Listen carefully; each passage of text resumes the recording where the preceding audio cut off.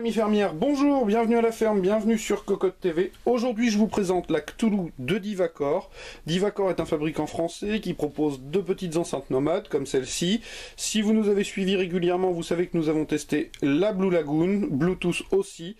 Et donc voici la Cthulhu. Cthulhu, je vous invite à aller sur Wikipédia pour voir de quoi il retourne. C'est en rapport avec Lovecraft, entre autres. Et donc, la Cthulhu fait l'objet d'une grosse campagne marketing, puisque même Metallica s'y est mis.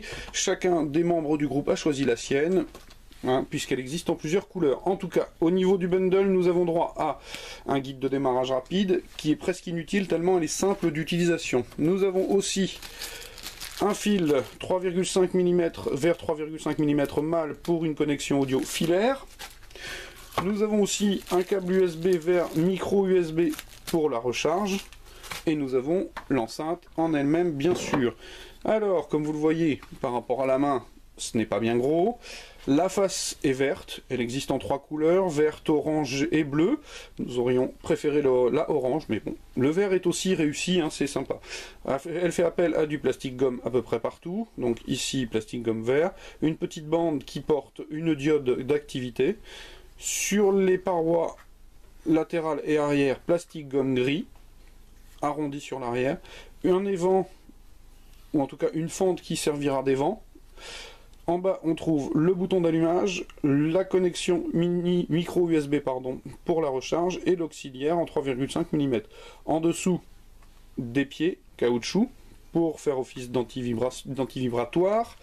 Sur le dessus, une partie en plastique aspect piano qui est déjà un petit peu rayée, c'est un peu le défaut du plastique aspect piano, qui fait aussi panneau de commande tactile. À la connexion avec votre téléphone apparaissent certaines icônes qui me permettent de passer d'un morceau à l'autre, de lancer la lecture, la pause, voire de décrocher, puisqu'elle propose un support de la voix lors d'une conversation téléphonique, puisque le micro est ici. J'essaye de le mettre dans le ray de lumière pour que vous le voyez. Alors, au niveau de l'utilisation, très simple, vous l'allumez derrière, elle se met en recherche d'appareils nomades qui auraient une connexion Bluetooth activée.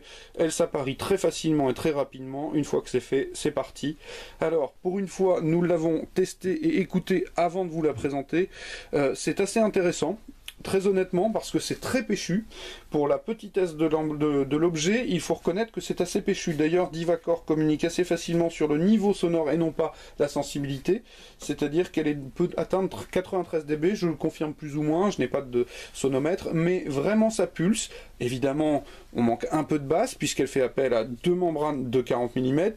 On ne peut pas forcément remplacer un ensemble home cinéma ou Wi-Fi audiophile. Ceci étant, c'est assez intéressant. Première utilisation tout à fait pratique, c'est tirer la quintessence de son smartphone. Personnellement, posé dans la cuisine, vous avez quelque chose qui peut remplacer une radio. Je n'en ai pas, c'est plutôt sympa. Alors, le plus gros défaut, finalement, reste le tarif, puisque c'est tarifé 80 €. Ça me paraît un petit peu cher pour remplacer une radio. Ceci étant, je le répète, cela permet vraiment de tirer la quintessence et de remplacer la bouillie sonore de nos tablettes et smartphones. Donc, en déplacement, cela peut être assez sympathique parce que ça permet d'écouter de la musique dans de relatives bonnes conditions. Donc, je vais vous présenter la Cthulhu de Divacor sur cocotland.com et je vous dis à très bientôt. Au revoir.